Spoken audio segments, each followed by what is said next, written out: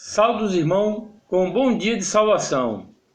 Eu venho falar esse vídeo sobre a provação de um cristão, com a tentação, né? Que é a provação, que a gente vê muitos cristãos falando sem ter discernimento do que é a provação. Bora ver aqui em Tiago 1, do 12 ao 17, que diz assim: Bem-aventurado o homem que suporta a tentação, porque quando for provado, receberá a coroa da vida, a qual o Senhor Jesus prometeu aos que o amam. Ninguém sendo tentado diga: de Deus sou tentado, porque Deus não pode ser tentado pelo mal, e a ninguém tenta, quer dizer, Deus não tenta a ninguém. Aí diz assim: mas cada um é tentado quando atraído, enganado pela sua própria consciência, depois, havendo a concupiscência, concebe, dá à luz o pecado, e o pecado, sendo consumido, gera a morte. Não erreis, meus amados irmãos, toda boa dádiva e todo o dom perfeito vem do alto, descendo do Pai das luzes, em quem não há mudança nem sombra de variação. Você veja, né? O apóstolo Tiago, ele está falando aqui, ó. Quer dizer, que a tentação que vem na nossa vida, como se diz, a provação que vem na nossa vida, ela não vem de Deus, porque Deus a ninguém ele tenta, porque tentar e provar é a mesma palavra. A Deus a ninguém tenta, e nem ele pode ser tentado pelo mal. Você veja, né? O que leva as pessoas à provação é o mal, é o espírito do diabo, porque o espírito do diabo, ele vai na consciência daquela pessoa, e aquela pessoa é tentada pelo diabo, quer dizer, pelos demônios, não é por Deus. Como a gente vê muitas pessoas dizendo assim, que Deus colocou o irmão na prova. Não, Deus não tenta ninguém. O mal é que coloca aquela pessoa na prova, aquela pessoa com a sua consciência, quer dizer, ele consegue perverter a pessoa ao pecado, e o pecado, após sendo consumido, ele gera o que? Morte. E aí Tiago fala aqui que Deus a ninguém tenta e nem é tentado pelo mal. Quer dizer, é interessante essa palavra. Aí ele assim: bem-aventurado o homem que suporta a tentação, porque quando for provado, receberá a coroa, quer dizer, receberá a coroa da vida, né? Quando você é provado, no sentido assim, você aceita Jesus, você está lá na igreja, quer dizer, a tentação vai vir para a sua vida, mas essa tentação não está vindo de Deus, não é Deus que está querendo provar você para ver, não, é o inimigo que está entrando, é uma realidade, na verdade, é uma vida real, não é uma emoção. O inimigo, ele está entrando. E aí onde é que está? Você dá ouvido à palavra de Deus, você andar segundo os estatutos de Deus, você se distanciar do pecado. O pecado está ali, o inimigo está ali, dentro de você, muitas vezes na sua mente, induzindo você a fazer algo que é pecado, mas só que ele está ainda botando na sua mente.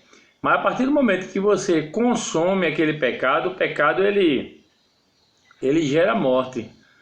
E muitas vezes, às vezes a gente acha que é Deus que está trazendo aquela dificuldade. É como Jó, né? Você viu aquela situação que aconteceu na vida de Jó? Quer dizer, que Jó pensava que era Deus. Jó achava que era Deus que estava trazendo aquela enfermidade, que Deus estava trazendo aquilo ali, mas não era, era o diabo. Mas Jó achava que era Deus, mas não era, era o diabo.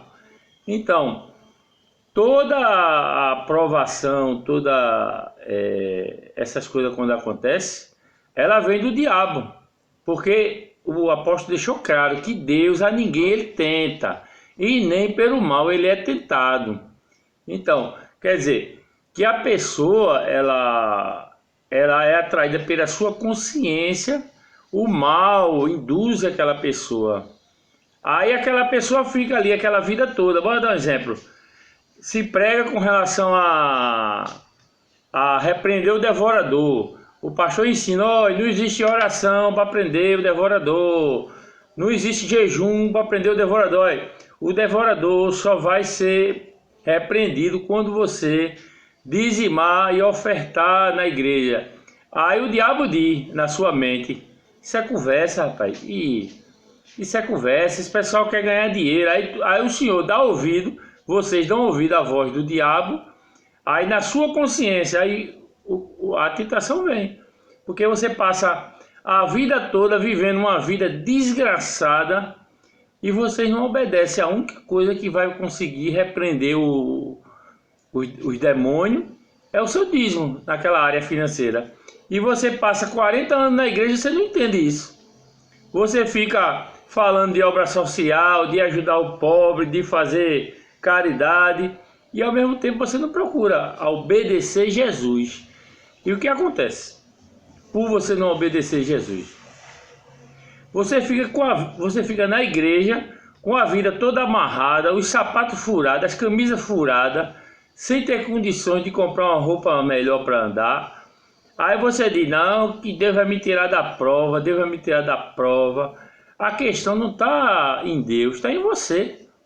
Você tem que deixar de estar dando ouvido à voz do diabo e dar ouvido à palavra de Deus. Se você der ouvido à palavra de Deus, aí sim você consegue ser abençoado. Mas você ficar servindo a Deus e dando ouvido ao diabo, como é que você vai receber o benefício de alguém que é justo se você pratica injustiça? Porque Deus é justo.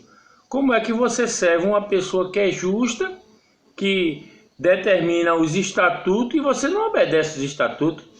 Você acha que você vai ser abençoado por Deus por causa do debate de palavras, por você conhecer a Bíblia, por você falar bem da Bíblia, por você ser uma pessoa culta, falar bem, você acha que você vai ter alguma citação de Deus. Mas aqui você tem que obedecer à palavra de Deus. Se você não obedecer à palavra, vai ser difícil. Você vai pregar, você vai ensinar, você vai ser um professor de escola dominical, você vai ser uma dirigente, você pode ser o que for. Se você não obedecer à palavra de Deus, você vai viver uma vida desgraçada. Mesmo que você tenha dinheiro, mesmo que você seja rica, mas a sua vida vai ser desgraçada, porque dentro de você não vai ter paz, você não vai ter alegria, porque vai ter um espírito do diabo dentro de você.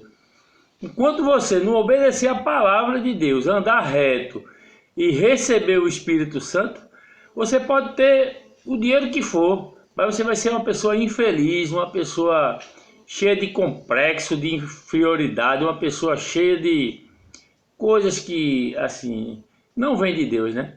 As obras da carne, né?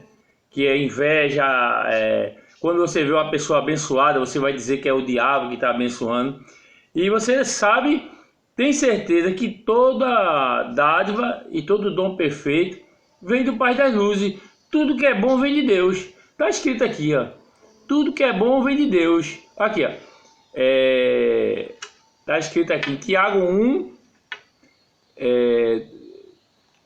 no 17, que diz assim, ó: toda boa dádiva e todo dom perfeito vem do Pai das Luzes, a qual não tem variação. Quer dizer, todo dom perfeito, tudo aquilo que é bom vem de Deus. Tudo que é bom vem de Deus e tudo que não presta vem do diabo. A realidade é essa. Você vê essas pessoas que são maçons, que estão servindo ao diabo, que fazem até pacto com o diabo, os cabeças de bode, essas pessoas aí, o que é que acontece com essas pessoas? Elas recebem a bênção de Deus, porque Deus abençoou tudo. O diabo não tem nada, o diabo só tem o castigo eterno. E nem o inferno ele tem, que o inferno foi Deus que fez para jogar ele e os filhos dele, essas pessoas que estão nessas seitas macabras, que eles acham que o diabo está dando alguma coisa a eles. Eles estão sendo enganados pelo diabo, porque toda a riqueza da terra, tudo é de Deus. A prova é tanta que quando Deus fala em Malaquias, roubará o homem a Deus, ele fala, roubará todavia me roubeis, no dízimos e oferta. Por quê? Quando você dá o dízimo, ou dá não, você devolve, você está dando aquilo que já é de Deus, porque tudo, a plenitude da terra é de Deus. Você vê, essas pessoas que estão nessas religiões macabras, elas estão roubando a Deus, porque elas estão adquirindo aquilo que não é dela. Elas estão usando aquilo que é de Deus e ainda com infidelidade para com Deus. Porque não adianta você viver uma vida de religiosidade. Eu chego aqui, aí boto o meu prato de comida, aí eu faço aquela oração de fariseu. Olha, Senhor, abençoa essa comida, vivo uma vida religiosa. Ao mesmo tempo estou fazendo uma reza. Porque se todo dia eu repito aquela mesma oração na hora da minha comida, quer dizer, está se tornando uma reza. Mas só que você acha que você está abençoando a sua comida com suas palavras. Você acha que você é um religioso. Você acha. Porque verdadeiramente você, quando abençoa a sua comida, é quando você recebe, devolve a 10ª parte, oferta ao Senhor, e aqueles 90% que ficou na sua mão, abençoado, aqueles 90% abençoado, você vai na feira. Você não precisa ser religioso, não. Você vai na feira, compra seu alimento, você faz o seu almoço e você faz o quê? De vez de você fazer uma oração de fariseu, uma oração repetidamente, que é uma reza, né? De vez de você fazer uma reza feito um católico faz, você levanta as mãos e diz assim, ó Senhor, eu te agradeço, meu Pai, por essa comida que o Senhor colocou na minha mesa. Pronto, acabou-se. Para que tanta religiosidade, tanta liturgia? Se tu, na hora de dizimar e ofertar e devolver a Deus a 10ª parte, aí tu rouba a Deus, tu tá aí como um ladrão na tua mesa almoçando e tu tá fazendo uma reza de fariseu. Tu acha que aquela tua reza tá abençoando o teu alimento? Se tu tá comendo ali algo que tu roubou, já visse algo roubado ter alguma bênção de Deus? Que tu tá comendo o teu almoço ali, que tu tá diante de Deus como um ladrão, que Malaquias fala, roubará o homem a Deus, o dízimos a oferta. Tu tá almoçando ali como um ladrão, ladrão. Aí tu chega com a liturgia, uma reza, tu acha que Deus vai te ouvir por causa dessa tua reza? Tua comida vai ser abençoada, não depende de reza e nem na oração de tu comer, não. A tua comida é abençoada a partir do momento que tu recebe, tu tira a 10ª parte e coloca no altar diante de Deus e tu coloca a tua oferta. Aí o teu alimento, a tua casa, todas as coisas que tu comprar são abençoadas. Mas enquanto tu estiver roubando a Deus e aí fazendo as tuas liturgias, as tuas rezas, não vai adiantar de nada as tuas rezas. O céu vai ficar de bronze e não vai nem passar a tua reza para o céu. Então, observe a palavra de Deus, ela é dura, mas é a verdade. Fiquem na paz, em nome de Jesus.